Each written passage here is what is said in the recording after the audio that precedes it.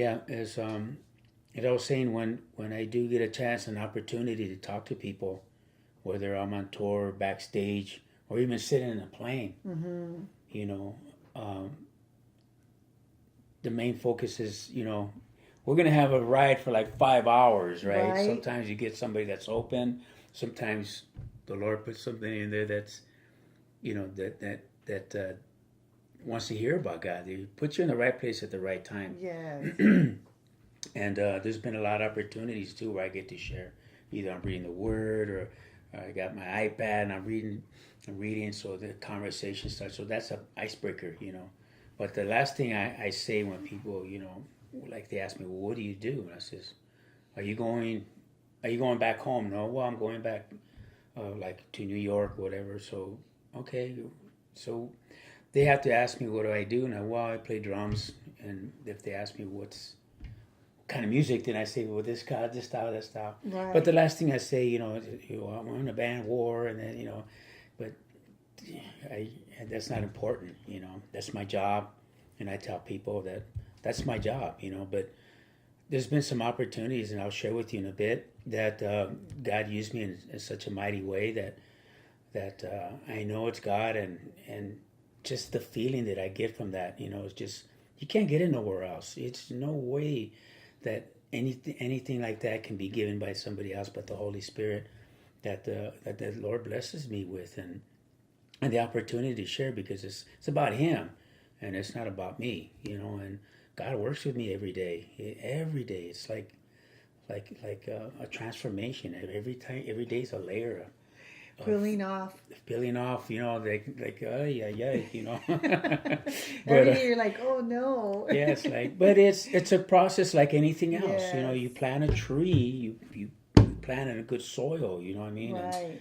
and you got to nurture it. You have to prune the branches and get the weeds out and stuff, because that's our everyday life too. Every day. Even Every some of day. those thoughts that we get, some of those thinkings that we get, we have to cast those down, man. Because if we water those thoughts, next thing you know, we stay away from the Word, and we get too complacent, think that we got it under control, and that's how problems start.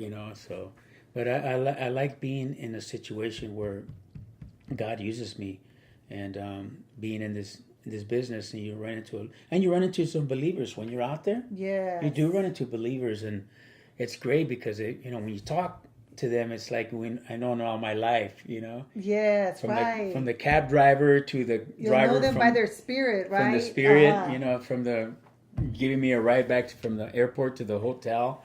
Then we start talking, and they sense it. And he gives you joy, right? The Lord gives you It's the joy of the joy. Lord, man, that you can't get anywhere else. It's The just joy of the Lord is, I was thinking about the joy of the Lord, and or the oil of joy. He says he gives us oil of joy, mm-hmm, right? And I thought about oil, and when you take oil and you rub it on your hands, you can wash your hands after, but you're still going to have the oil on it, mm-hmm, and oil will penetrate.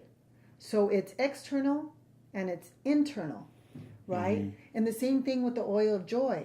It's external, you could see it, but it's internal, it's mm-hmm. inside of us, and it's also eternal, right? Wow, It's forevermore, wow, right? So the joy that's within us comes out of us. When it says we're hard pressed, mm-hmm, and then they can't understand why we still have joy? right, Well, if you take a sponge and you pour oil on it and you press it, the oil's going to come out.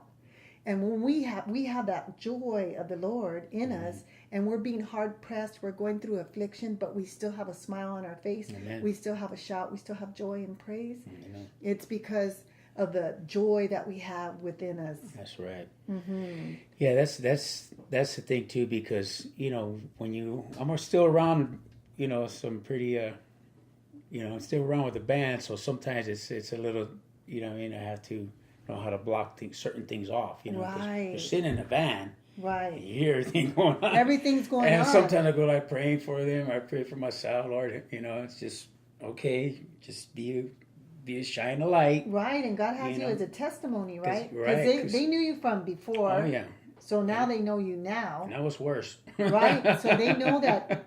So they're seeing God in you, yeah. right? And they're Yeah, seeing a difference in and you. they know, because sometimes now it's like when they'll say like a foul little word or something, go, oh, I'm sorry, It's like, well, you don't have to apologize. It's okay. It's cool. I understand. But that's great. They're getting conviction, right? Yeah. For guys that are people that I know too, they'll still talk that language, and I'm like, oh, because I used to write. I like joking around. I'm a clown, sense of humor. I think I got that from my father. You know what I mean? He was a drummer too, a musician. Oh, okay. And so, I always remember him when I was a kid. Man, he was the center of the attention. He was a drummer and had all the jokes and all that stuff, sense of humor. So I think I got that from him. But I used to write, and like maybe for 30 years already, I had books, like joke books and stuff, and more than half of them weren't clean, right? Right. This is before I was walking with God, and so, man, I would go like for an hour, just like back to back jokes, and you have people cracking up, but now they say, "Hey, Sal, tell us one of your jokes." I go like, "Oh, I can't remember those. I can't remember anything." So I just tell them the real corny ones. You know what I mean? Yeah, it's like my pastor does. But even some of those, I find some of those books that I've written, I'm going like, I go, wow, man, where my mind was at. So, I mean, I'm not going to use these jokes anymore. Right. I mean, that's a lot of stuff. So I just... Hey, that was the last chapter, right? I tossed it away. You're in a new chapter now. I'm in a new chapter. It's a new book now, right? The new book, the Living Water book. Yes, right. But, that's the way it is. I mean, I just can't be that... I can't do what I used to do, because one of my favorite scriptures is you become new creations in Christ. Old has passed, the new has come. Yes. So even going back to some of those places,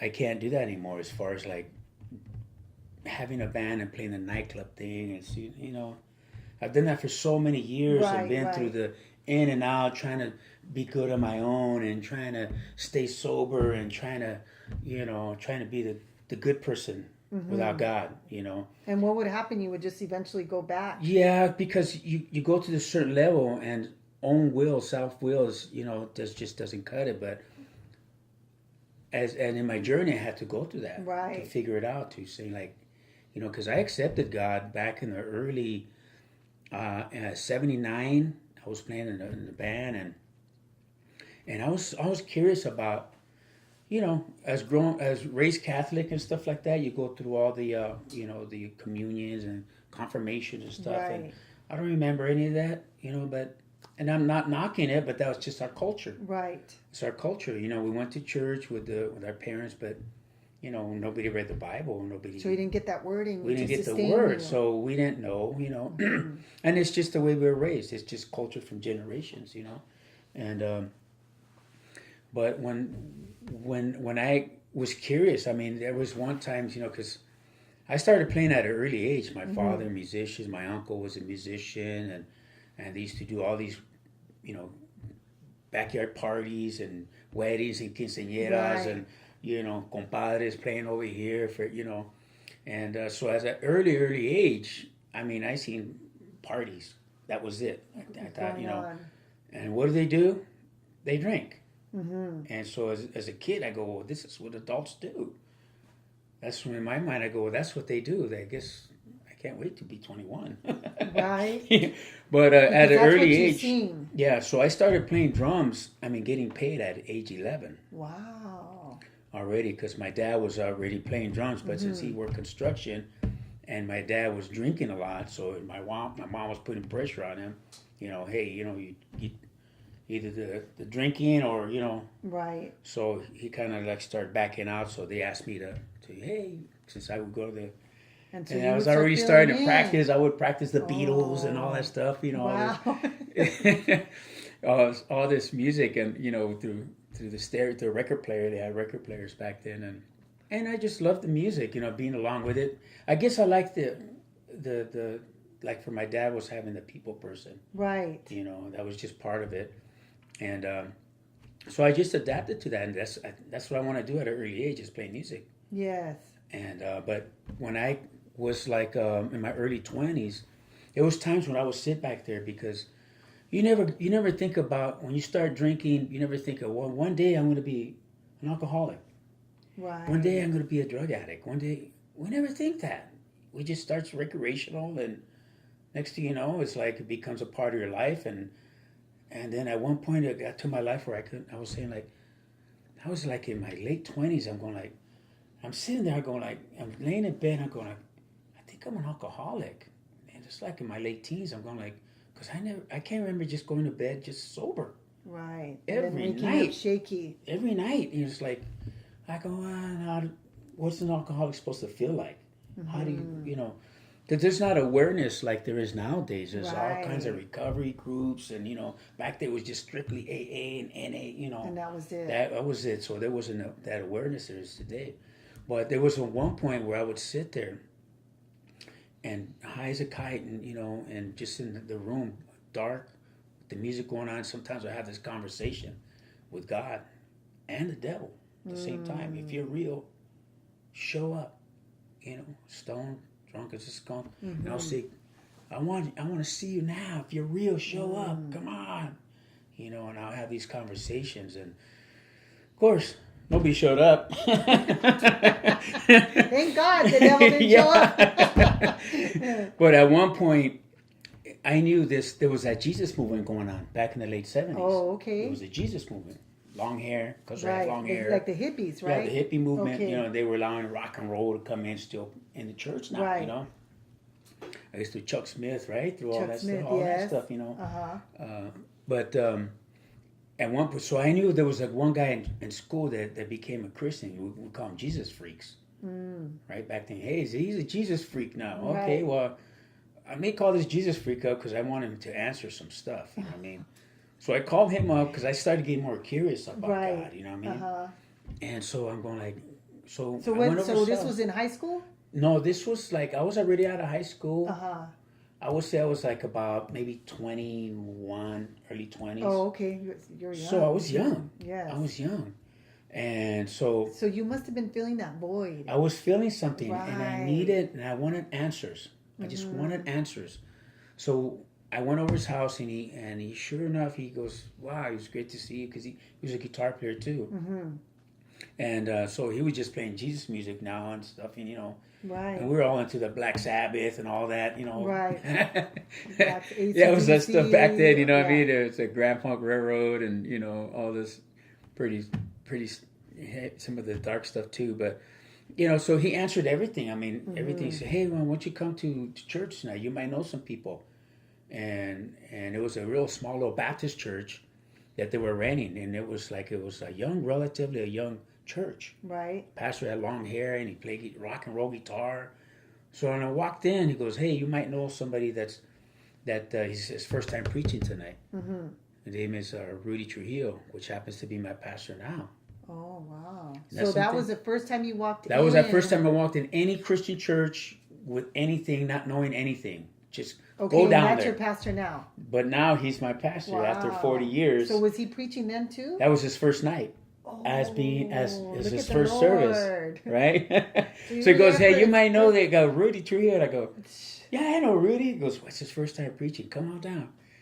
So that night I got saved, man. I went there and I walked in. I'm going like, what's this guy doing here? What's he doing? They're raising their hands and all this stuff, clapping and singing. I'm going like, because you were used to that, right? I wasn't used to that. And I go, I went with that.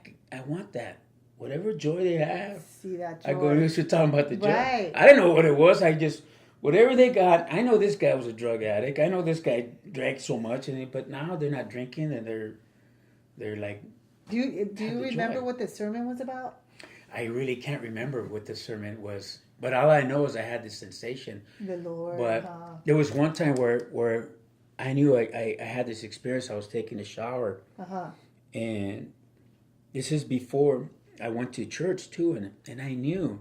Did you know you were going to church? No, not yet. And I was just praying to God. I said, Lord, come into my heart, come into my life, come into forgive me. And for some, I felt this like really hot sensation. Oh wow! Coming over me, right? And I couldn't bear it. And when I got out of the shower and I went to my mom, I says, Mom, I experienced the Lord. She goes, oh, that's good, She didn't know, but I just sensed something. Holy Spirit. Holy Spirit. I go, no, Mom, I did. I felt Jesus. I felt the Lord, And she didn't really understand, but then that's when I went to my friend and told me about that. go to the church. So I went to the church and I sit, and next thing you know, I'm on the ground. I'm looking up and I'm crying. I'm going like, what happened to me? Right. Yeah. You know, like when they went up to Jesus and they said, are you Jesus? You know, and he says, I am he.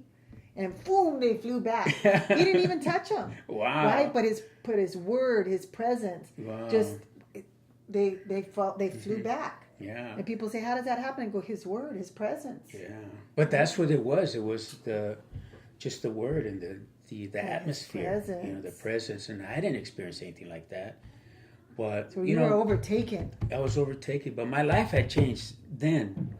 But you know, as we start going in our life and our journey, we know that we experience certain things for a reason. Right. You know, and you know, I was there for 3 years. I even quit secular music, and we're recording. We were touring all over the place. We had records in Europe. So this was a band way before war and stuff. Okay. Yeah. So when you asked the Lord into your heart that day, you know, were you already touring and all this stuff? Yes, I was. So you already had touring. everything basically. I already had right? everything. Yeah. As far as the world is concerned. Yeah, as far as going out there and you know. Right, but you still had a records. void in your heart. Absolutely. And so, because for me, I started saying, I didn't know what the void was. Mm-hmm. I go, I have a house, I have a husband, I have kids, I have everything. But I don't know, there's something missing, I told my friend. Right? And then the Lord started to draw me. I was like, what is this getting saved? You know, what does this mean? You know? Yeah. And when I explained that to the band, it goes like, man, I can't do this anymore. I can't. So then they were really tripping out. Yeah, they thought I was joining a cult and all that stuff. Right. And so I took another Christian friend of mine from the church to explain to them. You know what I mean? Right. I go, look, you know, I don't want to leave the band, but I'm in a different place now. I'll stick with you until you find somebody, you know. But I want to do this, you know. And there was a point where I was selling all my rock and roll albums, and man, I was cleaning the house, you know. But you know, and God was going to clean your house, right? Yeah, that's what he's doing. And then he's still cleaning it up. He's always forever cleaning it up. Huh? But that was it back then, you know, where I joined a Bible little school, and then it was called Evangelism Today, so it was a young church, but it was about evangelizing, hitting the streets at an early age, and you're seeing what's happening out there. We go to San Francisco, we go to Hawaii, we go to different places. And so it was good because you already knew, you already had been on that side of the track. Right. So you already had compassion. Right. And what they were teaching us, you know, was a full gifts. So it was different. You know, speaking in tongues, this, that, laying on the hands, you know, all that stuff, which was all new to me. It was foreign. It was foreign to me, and I'm like, wow. So I had Diaz coming out too, man. You know, hey, you're going against the Catholic Church, and you know, I had a Tia that was a nun. You were getting hit from all sides. Yeah, right? getting hit from all sides. I go, Tia, it's the same God. You know, but they didn't understand. Right. You know, so, but that journey happened. You know, and like I said, my journey with my first experience with God was short-lived, only like 3 years. And what happened is, you know, things happened in the church. Right. And you got disappointed. The Jim Jones was happening, this was going on. I'm going like, well, maybe I am joining a cult. You know what I mean? One of the old syndrome of the pastor takes off and, right. that kind of stuff. And, you know, I want to keep going deep into that. But, you know, so that threw me off. You know, that threw me off, and it really, really, I couldn't live this way, I couldn't do this, but then he takes off. Something happened, and, you know.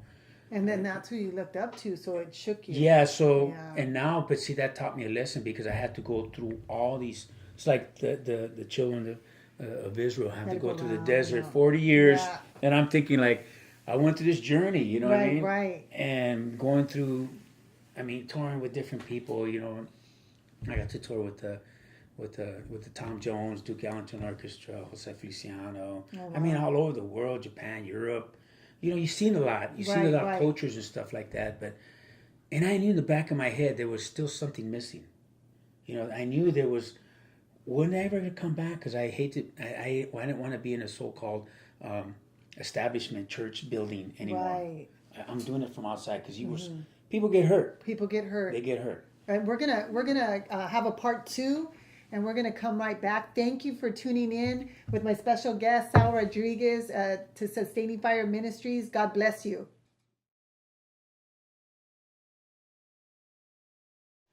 The preceding program was brought to you by the Holy Spirit Broadcasting Network, HSBN Television.